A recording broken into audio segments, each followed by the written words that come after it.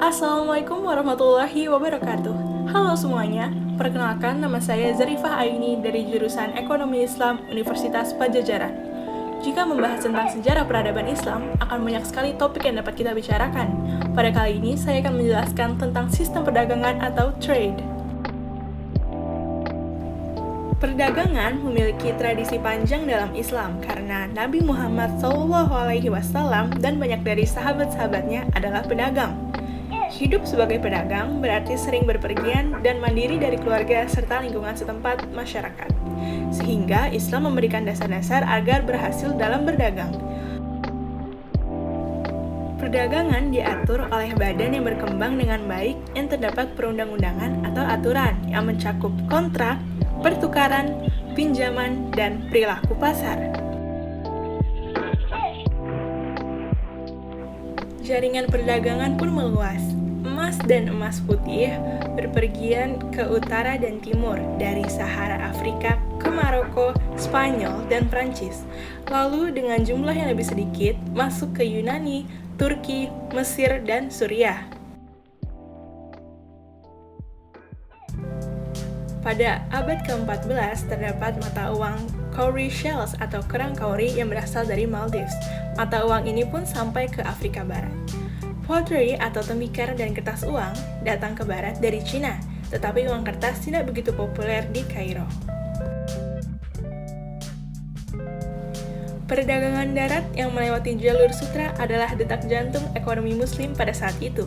Sedangkan untuk perdagangan laut didominasi di sepanjang pantai Mediterania, Afrika, dan Eropa. Pelabuhan Malaga di selatan Spanyol adalah pusat perdagangan yang sangat besar, dikunjungi oleh pedagang dari semua negara, terutama yang berasal dari Italia, seperti orang Genoa. Ibnu Battuta berlayar ke Anatolia dengan kapal Genoa, karena mereka mendominasi bagian dari rute perdagangan tersebut. Lalu Ibnu Battuta pernah berkata bahwa orang-orang Kristen memperlakukan pedagang muslim dengan hormat dan tidak mengambil uang perjalanan dari pedagang muslim. Di pelabuhan Malaga, pedagang dapat menukar barang-barang yang mereka punya seperti sutra, senjata, perhiasan, dan tembikar berlapis emas untuk buah-buahan lezat dari Spanyol. Selanjutnya kita akan membahas tentang Alexandria, yaitu sebuah pelabuhan utama di muara Delta Nil yang mengalir ke Laut Mediterania. Di pelabuhan Alexandria terdapat dua pelabuhan, yang Muslim di barat dan Kristen di timur, yang dipisahkan oleh Pulau Paros dan mercusuar yang sangat besar.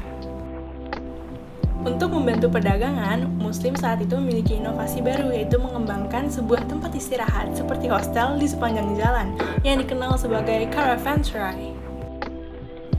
Jenis bangunan caravanserai disebarkan oleh orang Seljuk. Caravanserai ini bisa disebut sebagai yayasan amal atau charity foundation karena memberi para penjelajah 3 hari gratis tempat tinggal, makanan, dan mungkin dalam beberapa kasus hiburan. Caravanserais atau tempat penginapan tersebut didirikan secara berkala sekitar 30 km di sepanjang rute perdagangan penting. Nah, kamar-kamarnya ini diatur sesuai fungsinya untuk penginapan, depot, penjaga kamar, atau kandang.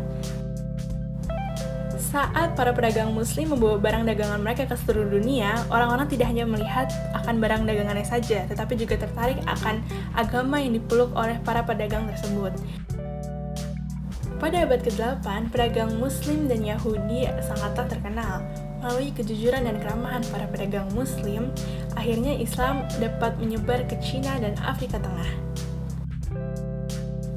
Warisan yang ditinggalkan oleh perdagangan Islam ini sangatlah banyak, seperti kata seorang sejarawan Amerika pada abad ke-20, yaitu Will Durant, pernah berkata, "It left its mark upon many European languages in such words as tariff, traffic, magazine, caravan, and bazaar. The stale left industry and commerce free and aided it with relatively stable currency." Kata traffic berasal dari bahasa Arab, yaitu tarafaqqa, yang berarti berjalan perlahan bersama-sama. Kata tarif juga berasal dari bahasa Arab, yaitu ta'rif, yang artinya pengumuman atau informasi. Itulah sedikit penjelasan tentang sejarah perdagangan Islam. Terima kasih telah menonton sampai selesai. Jangan lupa untuk di-like. Wassalamualaikum warahmatullahi wabarakatuh.